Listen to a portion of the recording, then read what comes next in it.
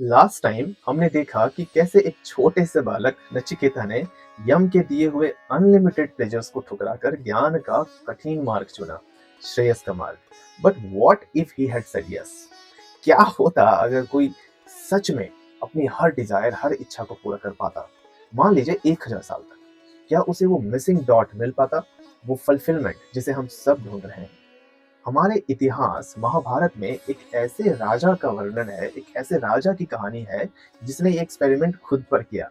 एक राजा जिसे अपनी जिंदगी में हर एक इच्छा को पूरा करने का मौका मिला, और जो सच्चाई उसने अंत में पाई वो आपके हृदय को अंदर से कंपित कर देगी। नबोआ, ये कहानी है राजा ययाति की। ययाति चंद्रवंश के एक शक्तिशाली और प्रतापी राजा थे, एक महान राजा।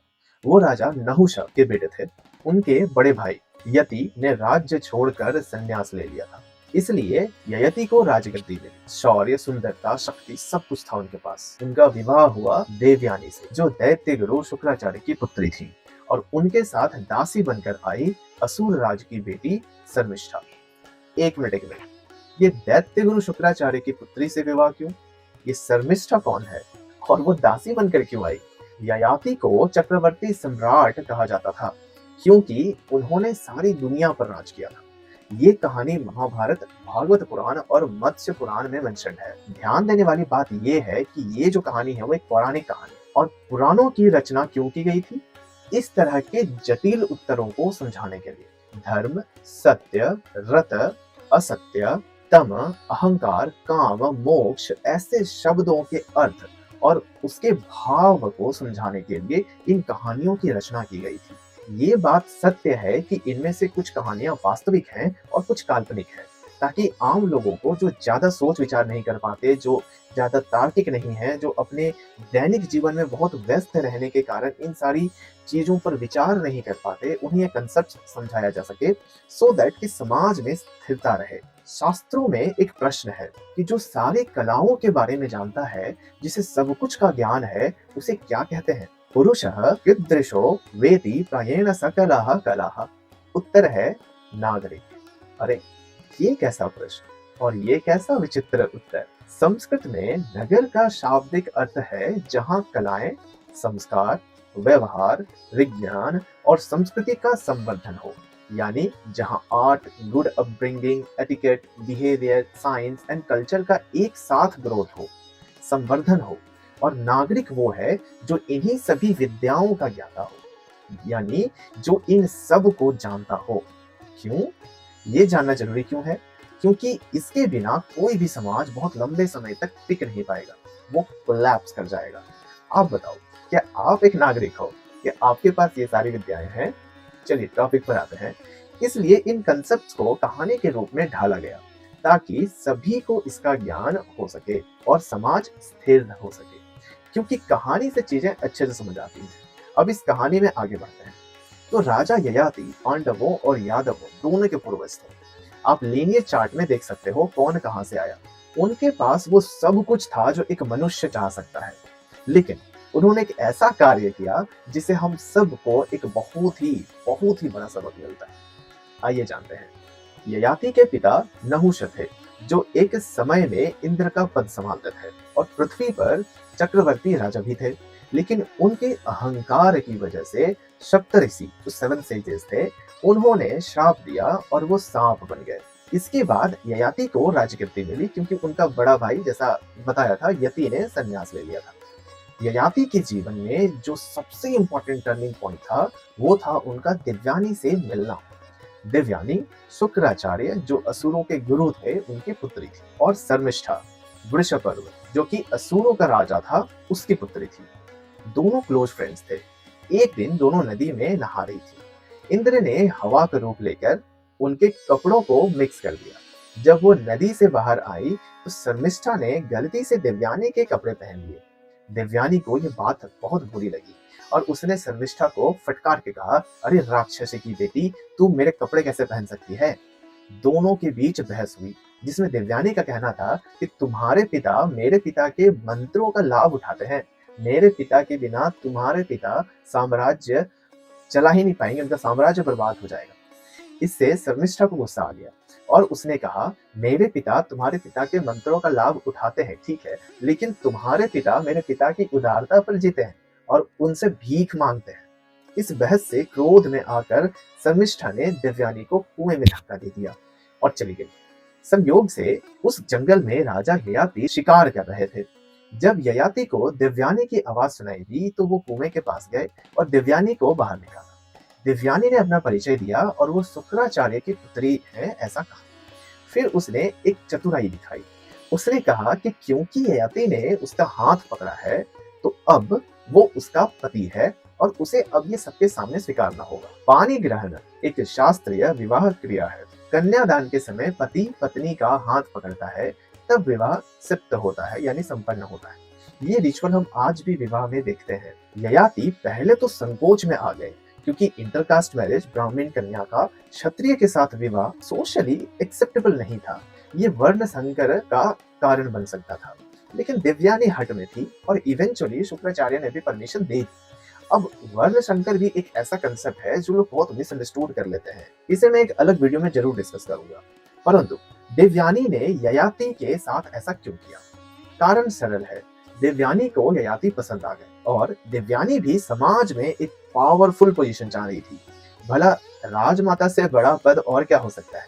इसलिए ययाति से विवाह करने की इच्छा उसके अंदर और तीव्र हो गई। प्लस देवयानी की जो सोशल रेपुटेशन थी वो भी बची रहती क्योंकि उसे एक पर पुरुष ने छुआ था तो कोई उस पर कुछ बोलता भी नहीं। फैक्टर्स बहुत सारे थे, बट द मेन पॉइंट की देवयानी ने ययाति से विवाह करने का जिद पकड़ रखा था क्योंकि वो उसे भाग गए थे।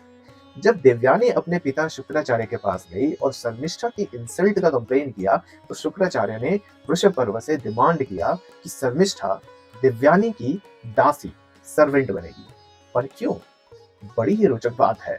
देवयानी ने शुक्राचार्य से न्याय की मांग रखी क्योंकि मौखिक रूप से कही गई बात पर शर्मिष्ठा ने शारीरिक क्षति पहुंचाने का प्रयास किया जिससे कि देवयानी के प्राण भी जा सकते थे। तो शुक्राचार्य ने वृषभ पर्व पर दबाव डाला कि जब तक शर्मिष्ठा देवयानी की दासी नहीं बनेगी तब तक वो अपनी संजीवनी विद्या राजा को नहीं देंगे। संजीवनी विद्या का ज्ञान वृषभ पर्व के लिए बहुत ही महत्वपूर्ण था, जिसके बारे में देवयानी ने शर्मिष्ठा को बोला था कि तुम्हारे पिता तो मेरे पिता के मंत्रों के भरोसे बैठे हैं। दैत्यों को पुनर्जीवन देने की विद्या थी। शुक्राचार्य इस विद्या से दैत्यों को वापस जीवित कर सकते थे, असुरों को वापस जीवित कर सकते थे। अगर शुक्राचार्य नाराज हो जाते तो वृषभ पर्व अपनी राज शक्ति, विजय और प्रोटेक्शन सब खो देता। तो फाइनली वृषभ पर्व को अग्री करना पड़ा क्योंकि शुक्राचार्य के संजीवनी मंत्र की शक्ति के बिना असुर देवताओं से हार जाते। सो शर्मिष्ठा देवयानी की दासी बन गई। ययाति और देवयानी का विवाह हुआ और शर्मिष्ठा देवयानी के साथ दासी बनकर आई। ययाति को शुक्राचार्य ने क्रिस्टल क्लियर वार्निंग दी थी, कभी भी शर्मिष्ठा से शारीरिक संबंध मत बनाना। ययाति देवयानी के साथ खुशी से जी रहे थे। देवयानी से 2 पुत्र भी हुए, यदु और त्वरवसु।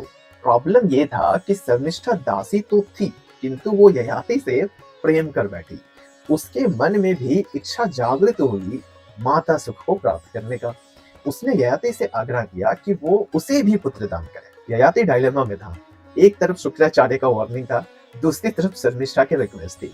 शर्मिष्ठा की भी अपनी इच्छा थी जो कि स्वाभाविक थी, जो हर एक स्त्री की प्राकृतिक इच्छा होती है। ययाति ने अपने इंद्रियों पर से नियंत्रण खो दिया और शर्मिष्ठा से गुप्त विवाह कर लिया जिसका पता देवयानी को बिल्कुल भी नहीं था।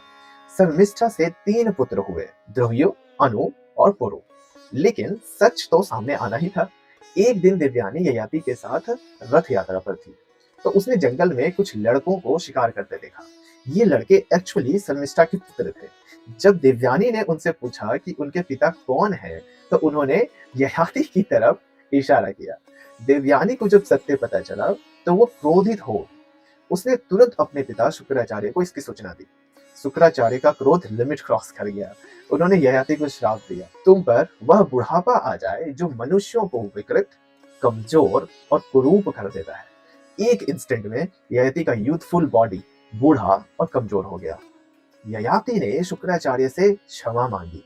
देवयानी ने भी रियलाइज किया कि श्राप से उसके अपने खुद के विवाहित जीवन पर प्रभाव जरूर पड़ेगा। शुक्राचार्य ने दया दिखाई और श्राप में बदलाव कर दिया। अगर कोई तुम्हारा पुत्र अपनी स्व इच्छा से अपना तारुण्य यानी अपना यूथ तुम्हें दे दे, तो तुम अपना ओल्ड एज उससे एक्सचेंज कर सकते हो। ययाति ने अपने पांचों पुत्रों को एक एक करके बुलाया। ययाति ने पहले यदु से कहा। यदु ने सीधा इनकार कर दिया। बुढ़ापे में बहुत दिक्कत है, खाने पीने में दिक्कत, कमजोरी, असहाय हो जाना, मैं ये सब नहीं झेल सकता। पर वसु, द्रहयु और अनु तीनों ने भी मना कर दिया। सबको बुढ़ापे का डर था और कोई अपने पिता की सहायता करने का इच्छा नहीं रखता था। ययाति निराश हो चुके थे। चारों बेटे ने रिजेक्ट कर दिया था। फाइनली ययाति ने पुरु को बुलाया, सबसे छोटा पुत्र। पुरु कहता है, मैं कर्मबद्ध हूँ और आपकी सहायता अवश्य करूंगा। मैं तैयार हूँ आपको अपना यूथ देने के लिए। एक इंस्टेंट में एक्सचेंज हो गया। पुरु बूढ़ा हो गया और ययाति यंग हो गया। ययाति ने अपने नए तारुण्य के साथ 1000 साल तक इस सांसारिक सुख का भोग किया। वो समस्त धरती का राजा बना रहा, यज्ञ परफॉर्म करता, दान करता, अपने राज्य का विस्तार करता, धन संपत्ति से राज्य को धनी बनाता, काम वासना पूरा करता। वो हर सुख जो वो भोग सकता था उसने वो सब किया। अब आप ये मत सोचिएगा कि 1000 साल वाला कोई कैसे जीवित रहेगा और पुरु जो कि वृद्ध हो चुका था वो कैसे जीवित रहा। ध्यान रखिए, ये एक पौराणिक कथा है जिसका मेन मोटिव ही यही है कि वो बस लोगों को समझाए इन सारी कंसेप्ट्स को, ठीक है, जो इनके अंदर छुपे हुए हैं। तो इसमें इस कहानी में स्पेशली बहुत सारे कंसेप्ट्स हैं जो छुपे हुए हैं। इंपॉर्टेंट ये नहीं है कि वो जीवित कैसे रहा, इंपॉर्टेंट वो है जो अब मैं आपसे कहने जा रहा हूँ। दिव्यानी से विवाह करते समय शुक्राचार्य ने ययाति से एक कठोर प्रतिज्ञा ली थी कि वो शर्मिष्ठा के साथ कभी भी संबंध नहीं बनाएगा। ये ययाति का एक वादा था, उसका एक धर्म था। लेकिन ययाति अपनी इंद्रियों के गुलाम थे, एक कामुक व्यक्ति थे। वो अपनी इच्छाओं पर काबू नहीं रख पाए और उन्होंने अपनी प्रतिज्ञा तोड़ दी, अपना धर्म छोड़ दिया। उन्होंने शर्मिष्ठा से गुप्त रूप से संबंध बनाया और उनसे उन्हें पुत्र भी हुए। उन्होंने अपने धर्म पर, अपनी ड्यूटी पर, अपने पल भर के सुख को, अपने प्रेयस को चुना। ययाति अपने कामुक जीवन को, अपने प्रेयस के रास्ते को जारी रखने के लिए बेताब अपने बेटों के पास गया और उनकी तारुण्य को मांगा, लेकिन संतुष्ट नहीं हुआ। उनकी इच्छाएं शांत नहीं हुई, बल्कि वो और भी पहले से ज्यादा तीव्र हो गई, मजबूत हो गई। उन्होंने कहा, इच्छा कभी भी इच्छा की वस्तुओं के उपभोग से शांत नहीं होती। ध्यान से सुनिए, इच्छा कभी भी इच्छा की वस्तुओं के उपभोग से शांत नहीं होती, ये और ज्यादा बढ़ती है, जैसे घी से भड़कती अग्नि। इसे मॉडर्न साइकोलॉजिस्ट हेडोनिक ट्रेडमिल कहते हैं। लेजर को लगातार पीछा कर, जो आपको वहीं छोड़ देता है जहां से आपने शुरू किया था, हमेशा और ज्यादा चाहते हुए। कभी सच में खुशी नहीं मिलती।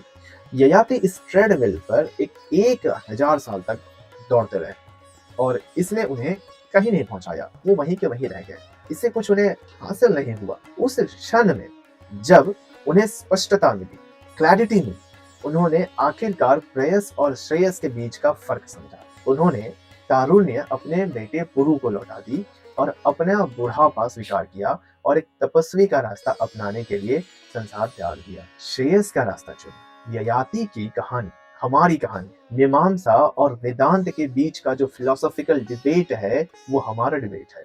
श्रेयस और प्रेयस के बीच की जो चॉइस है वो चॉइस जो हम हर रोज हर दिन करते हैं, हर क्लिक, हर परचेज, हर स्ट्रोल। तो क्या धर्म का मतलब है सब कुछ छोड़ देना?